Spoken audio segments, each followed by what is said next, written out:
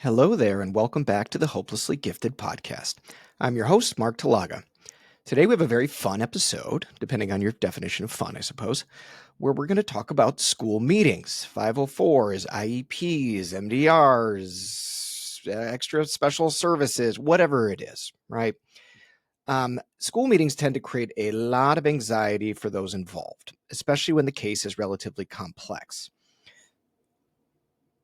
For a lot of people, there is some sort of issue going on in the classroom, whether it's behavioral or academic or emotional, and there's need for the school to be supportive of that and for parents to feel like they're providing the best possible academic environment for their kids.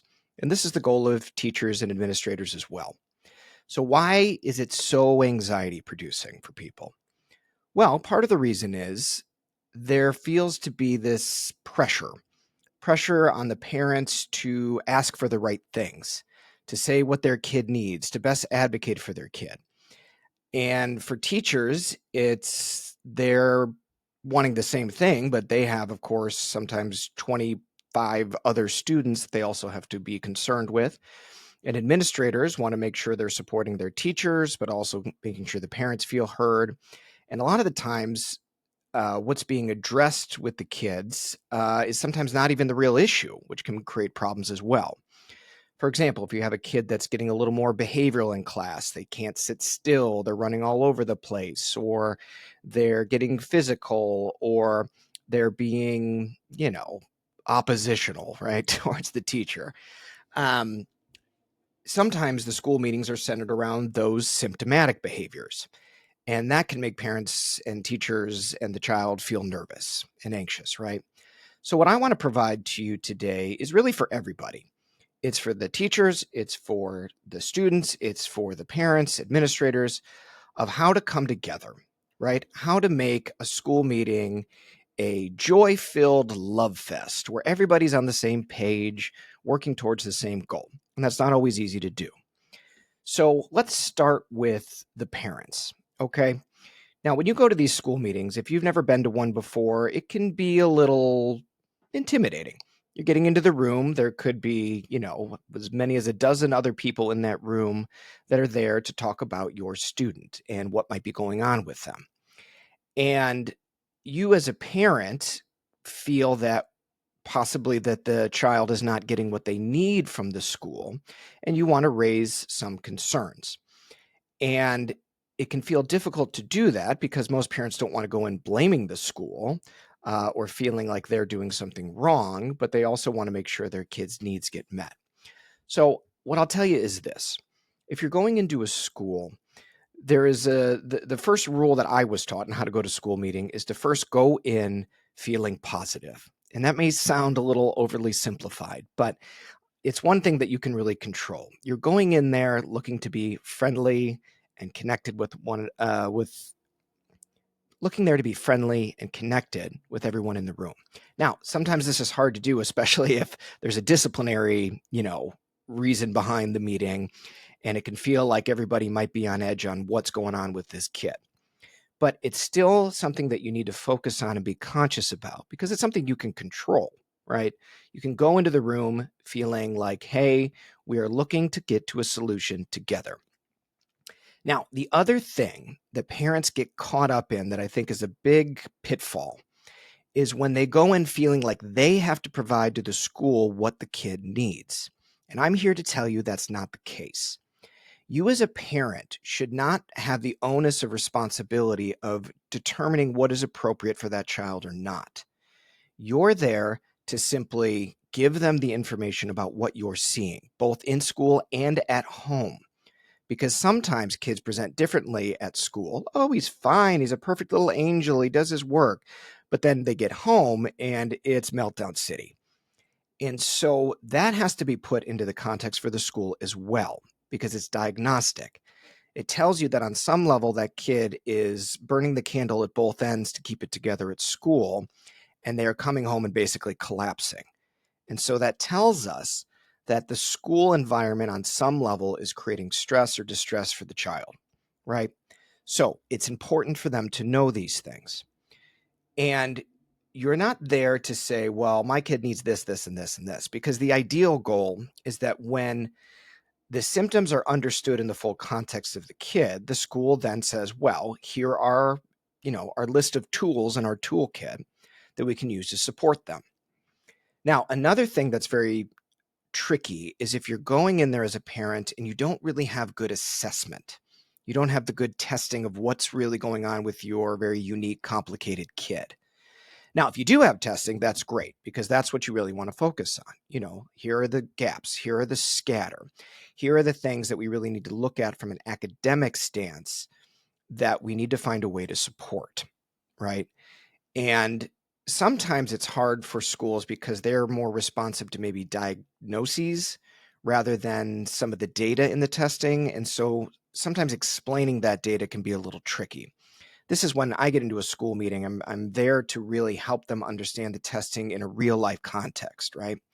If a kid has, 3 standard deviations in their score versus their verbal comprehension index, which is their just storehouse of knowledge, and their processing speed, but there's no real diagnosis associated with the gap in the processing, that needs to be pointed out. Hey, this kid struggles to process information, and it may look like they're with you and paying attention, and they're smart enough to get the right answer, but they're actually expending an enormous amount of energy to do that. And that could lead to the, meltdowns at home. And so as a parent, it might be helpful to be prepared and really understanding your child's profile before you go in there, really understanding what the root of the issue is.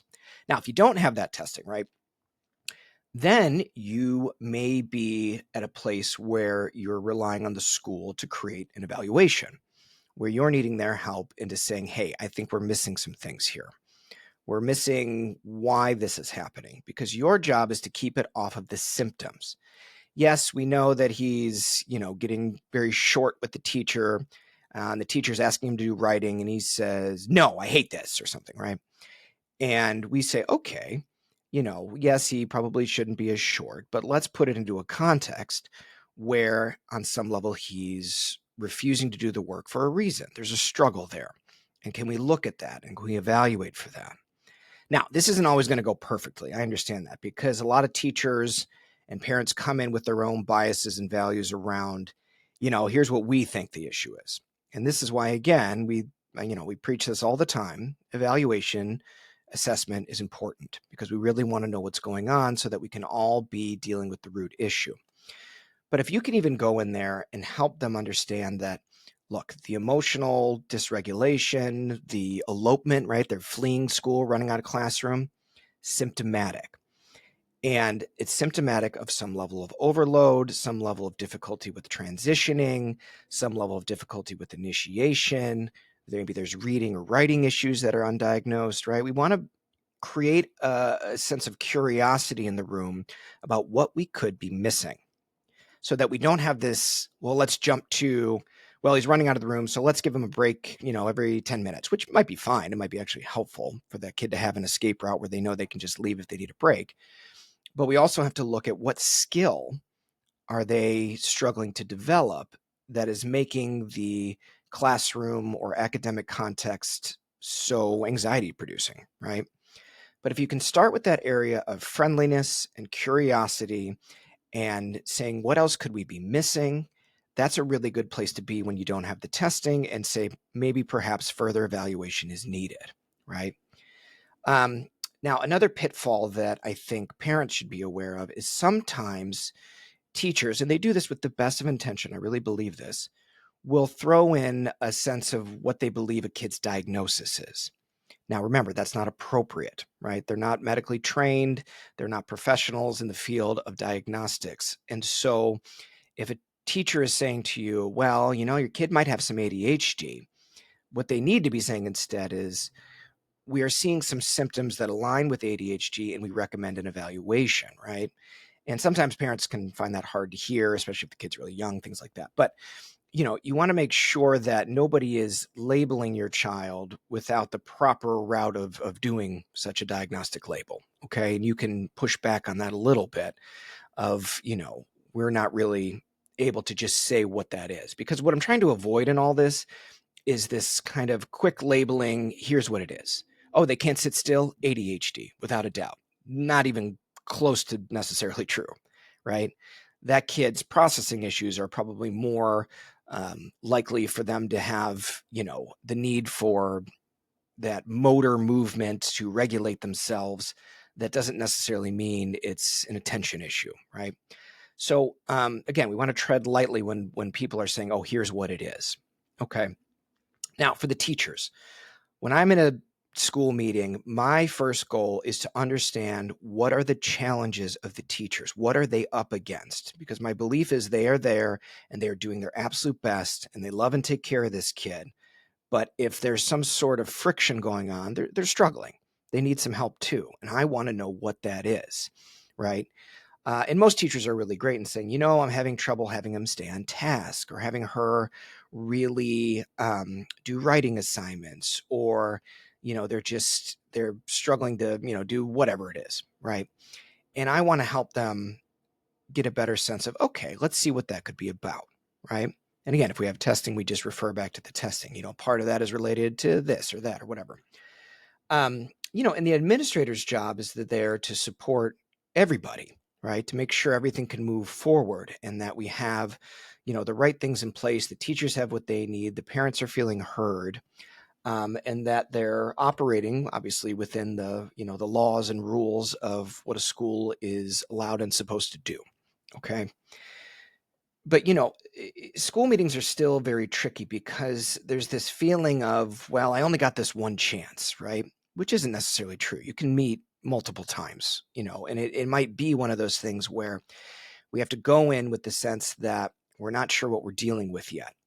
And so this may take some time to really evaluate what's there. But where I like to really point people in the direction of is, usually school meetings are surrounding, again, behavioral or emotional issues. That's typically where we see the stickiest of points.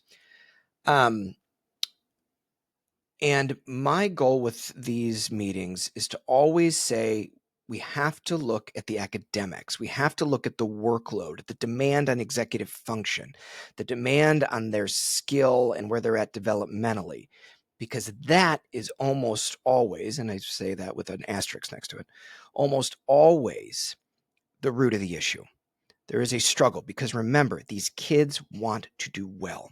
They want to be liked. They want to be liked by their teachers, by their peers, and they really are wanting to do well. And sometimes that's the issue that comes out of it. Now, that just made me think of something else. A lot of these school meetings are surrounding the very common occurrence of bullying. And that is a heartbreaking situation to be in for anybody involved. And it can turn into a very he said, she said kind of dynamic. And that can feel overwhelming as well because we want to protect these kids, don't we? And one of the hardest things to do when it comes to bullying is both deal with the short-term effects of curbing it, stopping it, putting an end to the reality of that happening, but then also broadening out to how that kid's specific vulnerabilities are probably not being addressed on some level. And that is where bullying tends to be the most devastating because some child's vulnerabilities are being targeted, right? And I don't believe that these kids are doing it on purpose. I believe there's just social norms and a lot of issues that come on, or projection, whatever it is, right? We try to get to understand the whole picture. And, a lot of kids that I work with may have a lot of kids that I work with struggle with expressive language issues, right? Organizing their thoughts in the moment as a response. And this can lead to them not advocating for themselves, which is a skill that they might need to develop, and letting people know what's going on and being open and honest about how they're feeling supported or not supported. And you've got to remember that sometimes schools will feel, I don't know how to say it, they can feel deflated by the idea that the kid didn't bring something up, that they need more help. And they might feel even a little defensive, right? Like, well, he didn't say anything, so how could I know anything? And that obviously comes from a place of, if I had known, I would have helped, right? But you also have to look at that child's ability to advocate for themselves. to express themselves through language, especially when it's emotional or it's difficult or they don't even know what to ask for, right? And so sometimes schools have to say, all right, if they're struggling to advocate for themselves, how do we scaffold that up? How do we help them build up that skill so that they're more able to do it? But we have to meet them where they're at. And again, with a gifted kid, you can already see where this is going, how complicated it gets, right?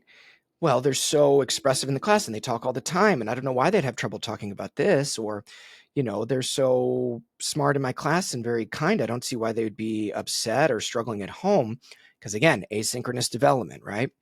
They're all over the place. They cover up those vulnerabilities. And our job is to say, let's not assume just because they're a brilliant child that they know how to do any of this. We meet them where they're at. And if they struggle to advocate or they struggle to emotionally regulate, how do we meet them where they're at and scaffold up? Because it's what we're trying to help them with, and it's all part of their education. Because the more they learn to emotionally regulate, the more they learn to advocate, the more they learn how to engage with the material, right?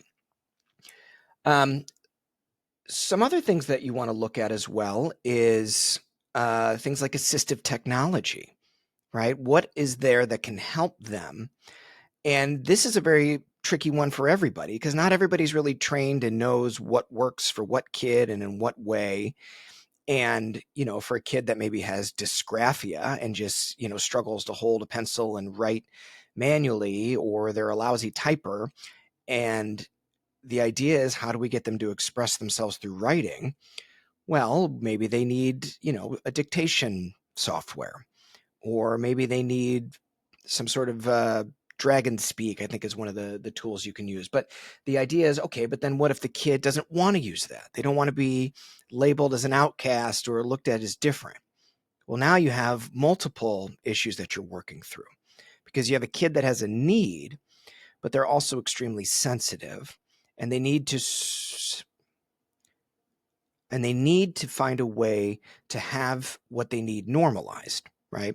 Now, this is where social workers, school counselors, psychologists are really wonderful assets because they can create that relationship with the child that really ultimately allows them to be a little more flexible around certain things. And to add one more layer of it, does that child really know how to use the material in class or use the assistive technology in class? Do they get stuck, right? Well, it's got a glitch today and it didn't work normally. And so the kid just shuts down and doesn't do work. And because they struggle to advocate for themselves, they don't bring it up to the teacher. And the teacher looks at them and says, well, they just didn't do any work today. Okay, well, we got to go a little deeper than that, right? But it can be very frustrating because sometimes we want to cajole kids into working, into being, focused on their task. But the first thing you want to do is say, hey, clearly you're struggling with something going on, and I want to help you figure it out. Let's work through this together, right? Let's be curious about why this is as hard as it is so that we can find that little glitch that we might be missing that's going to help. But these are all the things you have to look out for that, again, come across as symptomatic of noncompliance or not working. This is just an aside, but it's on my mind all the time. The diagnosis of ODD, oppositional defiant disorder, I'm going to be blunt. I hate it. I don't think it's applicable. I mean, maybe in 0.001% of the case, but it's if a kid is oppositional and they're fighting against everything, there is way more going on. And that kid is defended for a reason. So if anybody's throwing out that disorder, you just send them to me because I'll set them straight because I don't believe in it at all. So anyway, if that happens to come up for any of you, just take my word for it. It's a BS diagnosis. Send me letters, I guess. All right. So, the other thing that we want to look at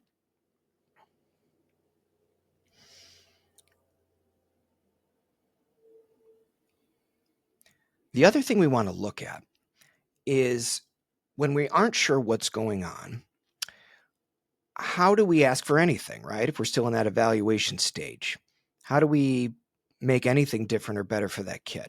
Well, there are some things that you can just have across the board that's going to work for every single kid that needs a little extra support. They need to find their person. I don't care who that person is. If it's the principal, the social worker, the janitor, I do not care. They need to find that one person that no matter what happens, no matter how dysregulated they get, that person at the school has their back. And the child knows that. They know that, hey, I can go to Miss So and so no matter what, and they're not going to tell me what I need to do differently. They're just going to say, hey, you're having a rough day. Why don't you stay with me for a little bit? It's going to be okay. We'll help figure it out. Okay. If a kid has that, that's one of the best things to insulate against any more dysregulation. Because the opposite is if they don't have that. They don't believe anybody in the school gets them, are on their side, is advocating for them. That kid will feel disenfranchised very, very quickly, and they will retreat, and they will become more defensive and more dysregulated. So sometimes it's just identifying, hey, who is that person? And goes to that child and says, hey, look, no matter what happens, you come to me. And if you can't find me, you go to Mr. So and so, and then they're going to let me know that you're looking for me. That alone is going to help a lot of kids out there. And it's just something that almost seems so obvious that it can be overlooked, but I like to make it very explicitly clear that is a very helpful intervention to have for the child. Speaking of interventions, let's look at some other more specific ones. One of the most common interventions that happen with gifted kids usually relates to their ability to finish work on time. And so the intervention is extra time on tests. Now, for a lot of kids, super appropriate. They take a little bit longer to process. That extra time, helps them out. And you can even see in a lot of their evaluations in some of the subtests. In one subtest, where it's maybe a writing subtest and it was timed, they scored right in the average. But when it was untimed, they scored 2 standard deviations higher. That should tell you something. And on some level, they need that time because that's where they're at. But I would take it a step farther. If the idea is, oh, I'm always going to need extra time, I'm always going to do things slowly, I'm always going to, need more, that limits the child, in my personal opinion. And it's more about you can scaffold up how to process a little more quickly. You can look at the nitty gritty of where they might be overcompensating or getting stuck on something. You look at the skill or the micro skill, the small, tiny little thing where they're spending extra time on it when, they just weren't aware that they don't need to, or there's another way to go about it. We want to look at progression and scaffolding to help them feel like they're growing and getting better at things, because that's where confidence comes from. Confidence and self-esteem come from developing skill. That is something you're going to hear us say time and time again if you work with us. My kid has low confidence. They have no self-esteem. Well, where are they developing skill? And they're made aware that they're developing skill. And if it's either extraordinarily limited or it's nowhere, that's the problem. They don't have that area of development and mastery. And so you'll hear me use the term scaffolding quite a bit, because my belief is that the number one way they can help you is by identifying where the issues are, making it not about the symptoms, but the real lag in development, and then how they're going to slowly build up skill over time. And you can do this through metrics, right? By, in 6 months, they'll be able to write, this much more, while we focus on, helping them develop what their struggle is with writing, right? And in a year, we're looking at this, right? And if you scaffold for where the kid is at currently, and you don't assume they can do more, and you don't say, oh, they're just not applying themselves. I don't like that term, obviously. You will see a leap in development. At some point, you will see them grow and grow to the point where it's like, holy smokes, this is a night and day kid. Do not limit your child. I have had kids that come in here and they cannot hold a pencil. They are in high school and they don't know their own address. They don't know how to spell their name. I'm serious. This is how asynchronous these kids can get. But even if that kid can't write 2 words together, do not count them out as being a writer. Do not count them out as an ability to express themselves through the written word. You're going to have a heck of a lot more scaffolding and a lot more intervention, but we don't avoid the area of vulnerability. And this is when schools actually start to feel more aligned with parents. When parents are saying, hey, I'm not asking for you to make all these exceptions for my child so they don't feel anxiety. I'm asking you to recognize the anxiety is real. And there's some work to be done where that kid or my child needs to grow and needs to get better so that they can build that self-esteem and confidence that they so desperately need. And that's where schools say, oh, yeah, okay. Oh, you don't want us to just make exceptions and give them carte blanche. We're working together. We're figuring this out together.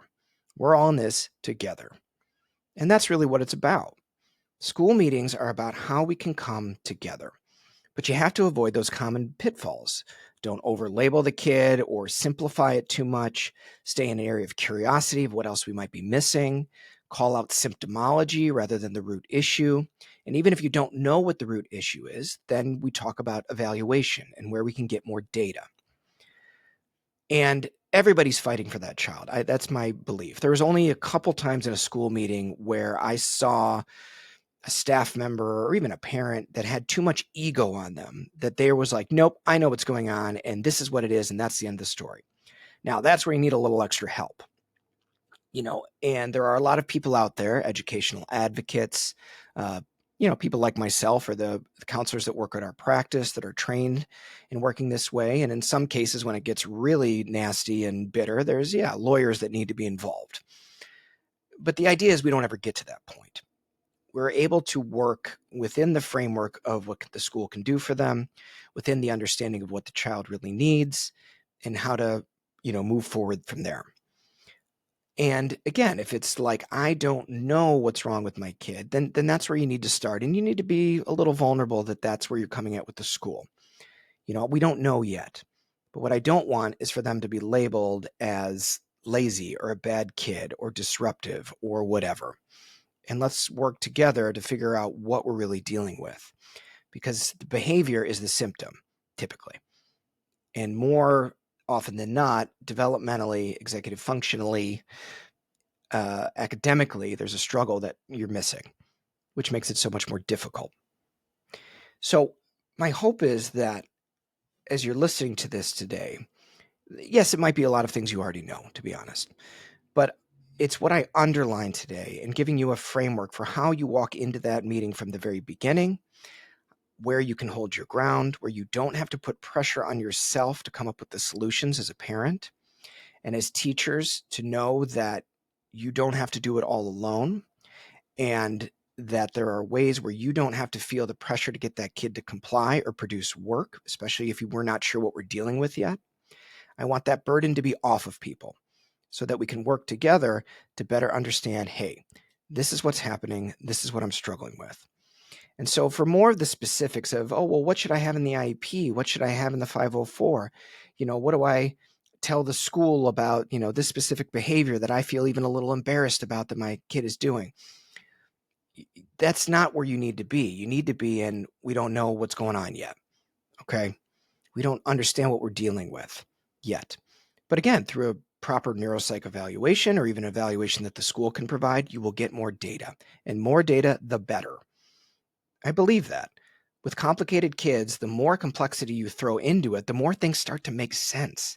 Oh, that's why. That's why he's got a hair trigger. That's why, he's so reactive to other kids, because his auditory processing is so delayed that he's not even able to take in what they're saying. He's just feeling like they're coming at him, and so he responds. And how do we help develop that and an awareness through that? And sometimes, you need a counselor.